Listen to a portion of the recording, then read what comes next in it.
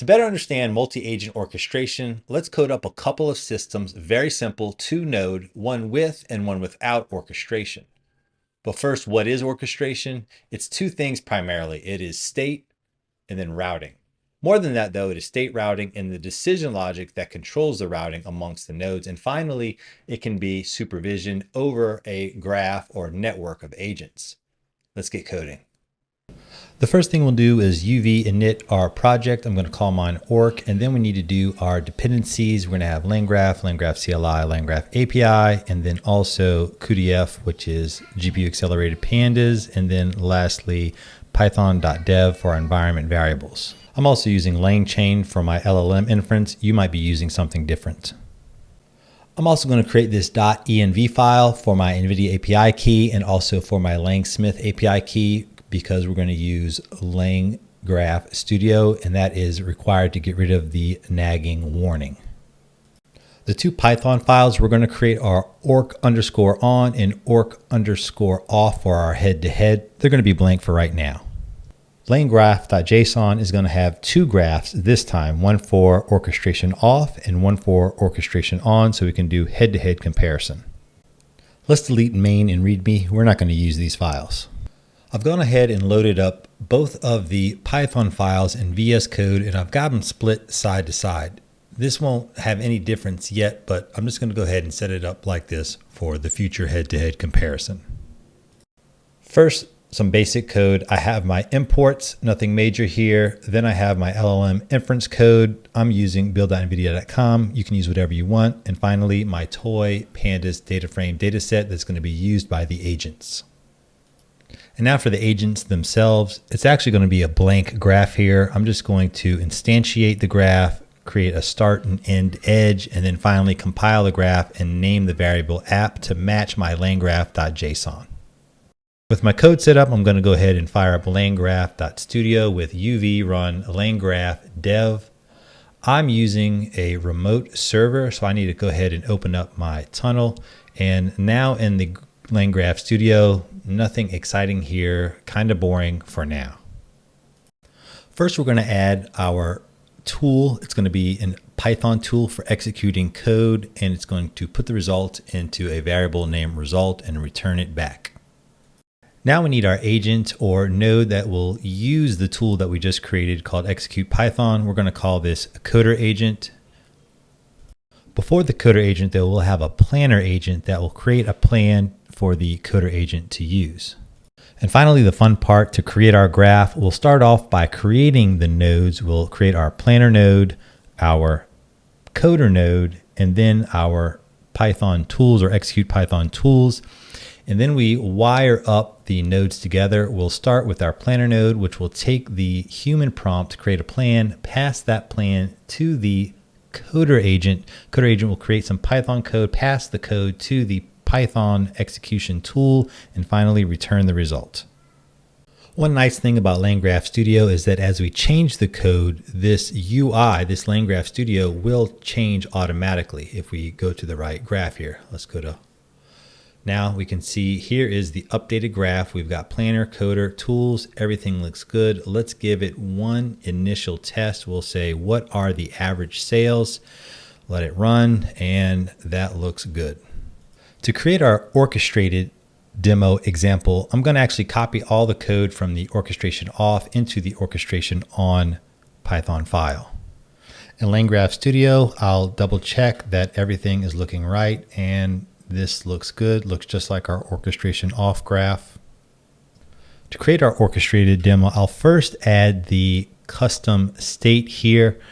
And now that I've added it in here, you can see I have the three properties, and then I need to add it to the graph, starting with the instantiation and then making sure my two agents pass this custom state to each other.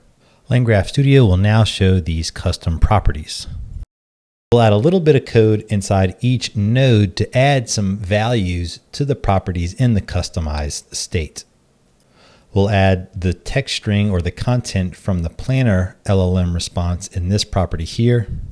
The coder agent is slightly different. We'll return the reply if there is in fact a simple text reply. Otherwise, we're going to check for specific tool calling instructions. As a special aside and for clarity, I'm actually going to go back into VS Code here, put this main function, and then I'm going to run the debugger to point out something I think is important to know. I'll set a breakpoint here within our coder agent to show what happens when the plan agent passes instructions to the coding agent and the coding agent calls its LLM bound to a tool. If we look at the coder reply response from the LLM with tools, we can see the content is actually blank. But the content blocks is not empty. It is actually a list with one item in it. If we look at that, if we expand it here, we can see we have type for tool call, name of the tool to be called, in our case, execute Python, and then we have these arguments. And in the arguments, we have code, which is the parameter for execute Python, and the actual Python pandas code we're going to pass to the tool. And now to add some decision logic to the routing between the nodes in our graph. We'll create this should continue function that takes the last message from the state and uses that to decide whether to call the tool or exit the graph. Now that we have this logic, we have to re-architect the graph itself. We're going to go from start to planner, planner to coder, and then coder has to decide what to do next. Do we call the tool or do we exit out the graph? And then tool always goes back to the coder when it's done. LangGraph Studio automatically updated, and now our new graph is looking pretty cool. If we spread it out here, we can see that the coding agent or the coding node and the tool have a loop back and forth to each other, but that the coding node has a decision to make as indicated by this dotted green line. It can go back to the tool or it can end. And now it's time for the head-to-head contest. I'm going to go and open up a second browser, and then I'm going to have on the left side orchestration off, and then on the right side orchestration on. Now I'll give both graphs the same prompt. I'm going to say, what are the average sales, and see what the response is. The one on the left gave the correct number, but again, let me put in the same prompt on the orchestration on graph.